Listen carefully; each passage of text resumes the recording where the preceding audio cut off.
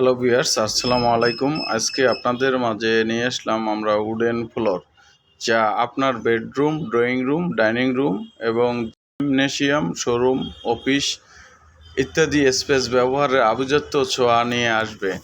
এগুলো আমাদের কাছে অনেক কালার অ্যাভেলেবেল আছে। এই কালারগুলো দেখে নেওয়া যাক।